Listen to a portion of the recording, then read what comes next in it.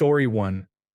Every person they interact with becomes a means to an end for them, sometimes without their even realizing what is wrong with that. Story 2. Using speakerphone in public places. Not using headphones when listening to music, podcasts, or playing video games in public, especially in waiting rooms or outdoors. Story 3. The deepest sign someone was not raised right is when they cannot sit with their own mistakes or pain without lashing out or shutting down. It is a quiet emptiness inside where empathy, self-awareness, and humility should live, which never got nurtured, leaving them lost in fear instead of growth. Story 4. Subtle until they lose it, but toddler temper tantrums occur when things do not go their way. Slaps, tears, screaming, and threats. They never grew out of screaming and lashing out at their parent in the supermarket. No one stopped this behavior during childhood and usually appeased them. As a result, they continue doing it in adulthood toward their partner or service workers until someone gives in to their demands. Story 5. They do not put the cart in the designated cart areas. They leave it wherever they want. This is the lowest form of bad behavior in modern society. Story 6. Bullying others. I will never understand it. How is it even fun to bully someone? I feel bad even if I accidentally step on someone's foot. I have never hit anyone or cursed in my life. Yes, people like me exist in this world. Story 7. Everyone is pointing out negatives, but often the selfless individuals are the ones providing solutions to interpersonal problems when others, who were raised well, cannot. Child abuse is very common. Story 8. Thinking there are levels to people. If you see a group you think of as lower and treat them badly. I know we are tribal at heart, but that is different from what I am saying. Story 9. They criticize minimum wage workers as if they belong to a lower social class, even though they benefit from their work. People drive on clean roads but disrespect street sweepers. They mock fast food employees while eating at their restaurants. Story 10. A subtle but telling sign can be an inability to respond appropriately to healthy boundaries in others. For example, if they are told no, they take it as a personal insult. When someone asks for personal space, they react with aggression or sarcasm. They see other people's boundaries not as the norm, but as unwelcome or disrespectful. This often develops in childhood, when they were either not taught to respect others' boundaries or their own boundaries were constantly ignored. Story 11. They do not know how to cook for themselves. They do not know how to do their own laundry. They do not say thank you when a server clears their place in a restaurant. They are habitually late. Story 12. They cannot admit they are wrong. An old friend used to cough in my face and sneeze on me, but I was wrong to be grossed out. Story 13.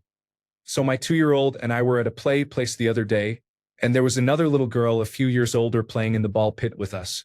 One time, as she was trying to get by us, she rudely yelled, "Move!" and shoved past. I really try not to judge other people's parenting. Life knows I've made plenty of mistakes of my own, but my 2-year-old has better manners than that. It made me wonder if that's how her parents talk to her. My daughter always says, "Excuse me," and you know why? Because we always say it to her, our pets, and anyone else we encounter. In my admittedly limited experience, a child will model your behavior. If you're polite to them, hopefully they'll be polite to others. Story 14. They did not get any help when they needed it. Therefore, nobody should ever get any help. This often comes with a desire to harm everyone who receives help. I have seen it from many men in their 20s and have been there myself. Story 15. Calls people rude names, such as cunt and bitch, when they make harmless small mistakes. Story 16. They assume ulterior motives in people, believing others are bad and assigning awful intentions to their actions. In other words, they grew up around unpleasant people and learned to be suspicious. To them, unpleasant behavior is normal, so they assume people they meet are similarly normal in that way. Story 17. A victim mentality occurs when you receive feedback or are held accountable, and the tears and woe is me attitude appear. Everyone seems difficult because they asked you to improve, whether in personal or work relationships. Story 18. When they give you videos of them with prostitutes as a parting gift after 11 years of living together. Story 19. Not allowing people to exit the elevator first or not placing the divider on the grocery conveyor belt for the next customer. Story 20. If someone does not care about the consequences of their actions on others, then they were not raised properly. Story 21. Getting angry over basically nothing. For example, one of the players in my Dungeons and Dragons group exploded in an absolute fit of anger last week. All because her character tried to execute a plan and it failed due to technicalities. She spent 10 minutes screaming and complaining to the dungeon master. Granted, she was pleading her case, but she was absolutely not listening to what the dungeon master had to say. She just kept fighting it.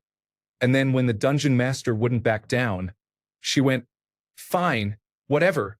You will do whatever you want anyway. Go ahead. Continue. Go." She calms down really quickly and never harps on what makes her angry, but it is really annoying that she will just explode into fits of anger like that. You can tell no one taught her how to regulate her emotions and not take things so seriously. Story 22. No sense of conflict resolution. If you have a disagreement, they are right and you are wrong. Period. The end. Story 23.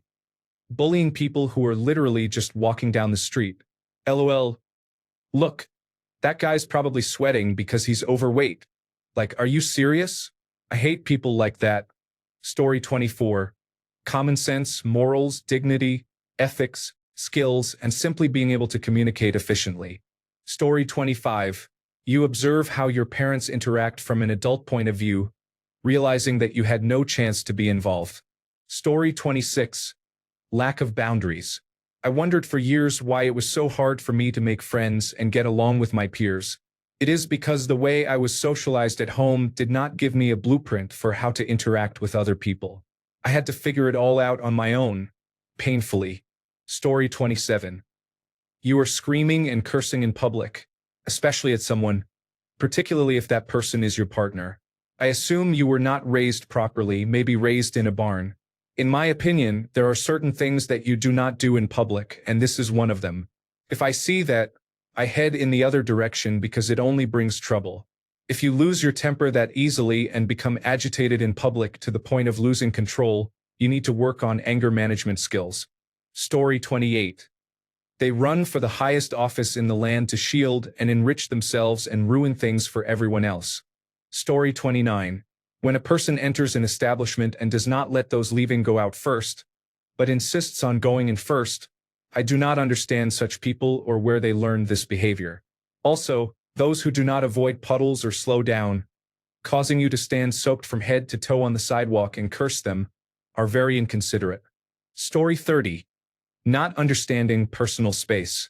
I kid you not, after the tailhook convention scandal as a government employee, I had to attend a sexual harassment training class. Personal space issues were part of the training. Story 31. Not saying please or thank you like an entitled child, never showing active interest in another person. Any topic becomes about them. Story 32. Being conservative means you were raised with little sense of empathy and community beyond those immediately around you and similar to you. It involves ignoring logic and reason, and believing lies instead of the truth. Story 33. They cannot show up to work on time, respect their peers in management, and have no fear of losing their job or authority. Oh, and if they have body odor. Story 34. They tend to be extremists in religion and politics. They do not take accountability for their actions and blame others for everything, such as feminism. Story 35. From my time in academia, young college students have an immense number of children who simply have not socialized for a variety of reasons. From my brief time incarcerated, the percentage was generally lower, but much higher among the younger people. Notably, it was the suburbs work-release jail, and it was my fault. I am sorry. Everyone would look each other up when out at work to see what cases others had by searching the internet, which was easy in that state. One young man claimed he was consensually involved with a 17-year-old girlfriend and caught a statutory charge. This was not true. He was a stalker and even had a news article about it. After that, he never made eye contact with anyone. Story 36. When someone has been overindulged by their parents, they can be awful at communication. They cannot have an adult conversation or receive constructive advice without becoming upset or defensive. Story 37. They think the sun revolves around them and freak out when shown otherwise. Also, they balk at the slightest hint of an expectation being placed on them. Story 38. When they overreact to a minor inconvenience, 9 times out of 10 they have been coddled their entire lives and are not able to handle when things do not go their way. Story 39. Talks over you but gets offended if you interrupt them once and treats animals badly when they think nobody is watching. Story 40. I think it depends on one's ability to control anxiety. We are all inevitably anxious, but the problem arises in how we express it and how we act while feeling anxious. Story 41. When someone says, "If I am not happy, I cannot make anyone happy," it disregards parents and children who sacrifice themselves in difficult situations, such as war and famine, just to make younger ones happier. Grow up and stop complaining, spoiled people. Story 42. Childlike behavior, such as throwing tantrums over everything and the constant need to over-explain, is a sign. Another sign is having a bad temper because they take things too seriously in an unproductive way. They get emotionally affected by the smallest things. It is surprising. Story 43. Just a meaningless phrase used by individuals with low intellect. Obviously, you will encounter personalities you clash with. What is so groundbreaking about that? Story 44. They never listen to anyone else. They just do whatever they want without caring about what will happen to others. Story 45. My wife says I make noises when I eat. I always thought it was just me enjoying my food. It turns out it is a subtle sign that I skipped the table manners class as a kid. Story 46. He does not know how to listen. He does not give a person the opportunity to express themselves and interrupts by interjecting in a conversation that does not concern him. Story 47. Talking loudly is the biggest indicator. Well-raised people are discreet, polite with everyone, especially waiters, and maintain a lower tone of voice at all times. Story 48. How they treat people like service workers, janitors, or strangers. It is not always about manners or etiquette, but whether they show basic respect and empathy. That quiet behavior can speak volumes. Story 49. Does not greet people, makes no effort to include others in conversation or make introductions, and does not ask people how they are doing. Good manners are mostly about helping others feel comfortable. Things that make me think someone was brought up well. Good morning, Sarah. How are you?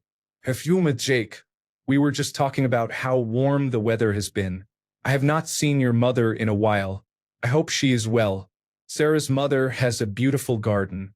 Jake also has a green thumb. Story 50. Lack of table manners, slamming doors, kicking doors closed, impatience, aggression towards service staff. Story 51. Disrespect or condescension towards service workers. Inconsiderate behavior toward others in public. Inability to accept other people's opinions or admit being wrong. Story 52. The people who say, "It's not my fault your parents aren't good parents," or "My parents are actually doing their job." When you tell them they're lucky they don't have to work through college or university, or that they were given their first car and it wasn't in poor condition, or that you pay your own phone bill or basically do anything for yourself between the ages of 16 and 20. Story 53. Poor pragmatic skills. I don't mean when someone has a disability and naturally struggles. I am talking about when parents clearly do not communicate with their children or give limited opportunities to communicate with others. For example, they order their children's food when going out to eat and do not let them talk to the doctor when they are old enough to do so. Similarly, when a young adult goes to the workplace and their immediate response to making a mistake is to hide it. It is never, "Hey, I did this thing. What can I do to fix it?" Instead, there is an immediate reaction to hide the evidence or lie when asked about it. To me, that is a sign of poor upbringing. Story 54. Transactional people. If someone is not academically smart, attractive, or able to provide some kind of value, they do not care. Story 55. Oh, it is those small things like not saying thank you or please. Also, leaving a mess behind and expecting someone else to clean it up. Or interrupting during conversations, not cool. Story 56. People who speak poorly to workers, especially when the job is difficult, reveal a lack of proper upbringing. If I hear someone speaking badly to a waiter, I immediately know they were not raised well. Story 57. They start eating a meal before the person who made it sits down to eat in a house, not a restaurant. Story 58. You can never go somewhere someone does not want to go. I had a friend, and we would go everywhere he wanted. Once in a while, when I wanted to go somewhere, he would say, "Just drop me at home." Story 59. When you ask someone to help with a small task and their response is a whiny, "I can't," or "I tried but it doesn't work," but it takes you 2 seconds to do, you can tell they never had to figure things out on their own and always had someone do things for them. This is not a good look for an adult. Story 60. I was not raised well. I was raised by selfish, probably narcissistic parents, and I was responsible for keeping them happy. It affected me deeply and likely explains why I have been single for 9 years and living alone for the past 7. I am 36 years old. For what it is worth. Story 61. You want to know someone's character? Watch how they interact with and tip people in the service industry. Not just at restaurants, but any scenario where another person is supposed to provide a service for them. Rideshare drivers, retail workers, restaurant staff, including fast food employees and movers, anything. Just watch. You will see. A bad person will treat them as if they are the ones at fault, for no reason. Story 62. They choose to cause harm to another, whether physically or through words. They never learned that what you do to others is what comes back to you. Christian, Jewish, karma, Buddhist, or belief in the flying purple spaghetti monster, it does not matter. It is real. Either you learn the lesson or you suffer the consequences. Story 63. They do obviously unpleasant things in front of other people with little or no shame instead of keeping them to private places only. Story 64. Walking on the wrong side of a walking trail or mixed-use cycling and running trail is unsafe. You should understand this instinctively before the age of 9. Story 65. If you sneeze and I say, "Bless you," you better say thank you, or I will automatically assume you are rude. People who refuse to take 30 seconds to put their cart in the corral probably put ketchup on their pasta. Those who litter at theme parks because it is someone's job to pick it up are adults who cannot be bothered to put their waste in the many trash bins available. A job was created specifically to address this entitlement, but their labor would be better used elsewhere in the economy. If you are on public transit and do not give up your seat to elderly or disabled individuals, I hope you end up needing that seat and it is refused to you. Story 66. Bad table manners. I can't believe how some people hold their knife and fork.